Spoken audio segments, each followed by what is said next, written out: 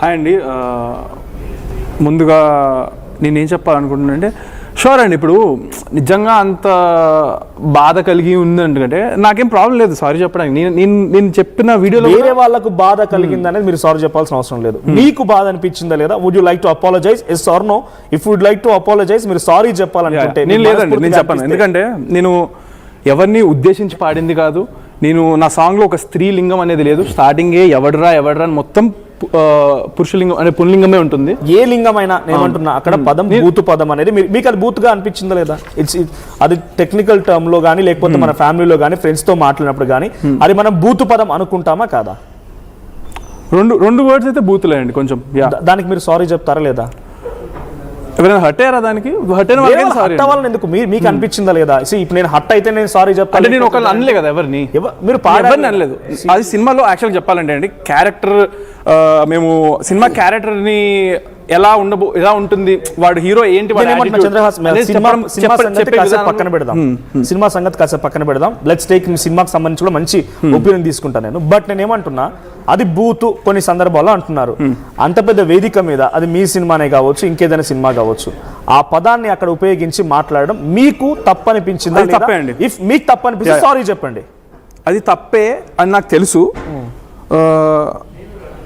So నేను sorry చెప్పచ్చండి, కానీ నేను ఎవరిని అనలేదు. ఎవరిని అన్నా నేను ఎవరికి చెప్పాలి సారీ? నా పాయింట్ మీకు అర్థమైందా? నేను నా యాక్షన్స్ ఏమైనా ఇబ్బంది కలిగా అనిపించకపోయినా ఎదుటోటి హట్ అయ్యాడా లేదని పక్కన పెట్టండి. హట్ అవ్వకుండా ఎందుకండి సారీ?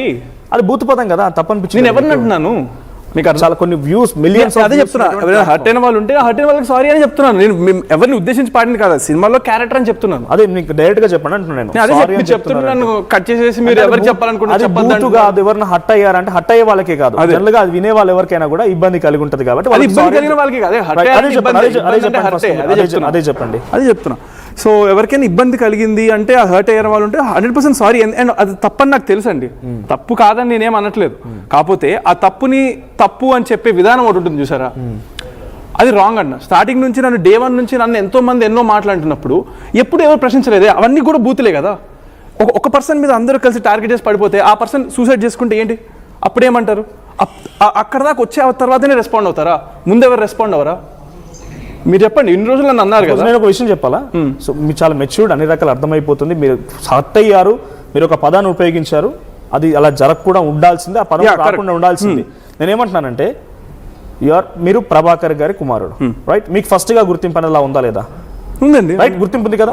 ఎవడో ఒక నలుగురు పనికిమాలను సోషల్ మీడియాలో ఒక వెబ్సైట్ ఓపెన్ చేసో ఒక ప్లాట్ఫామ్ ఓపెన్ చేసో మళ్ళీ పని కట్టుకొని ట్రోల్ చేస్తున్నారంటే వాడు ఎప్పుడు పాయింట్ అవుట్ అవ్వడు.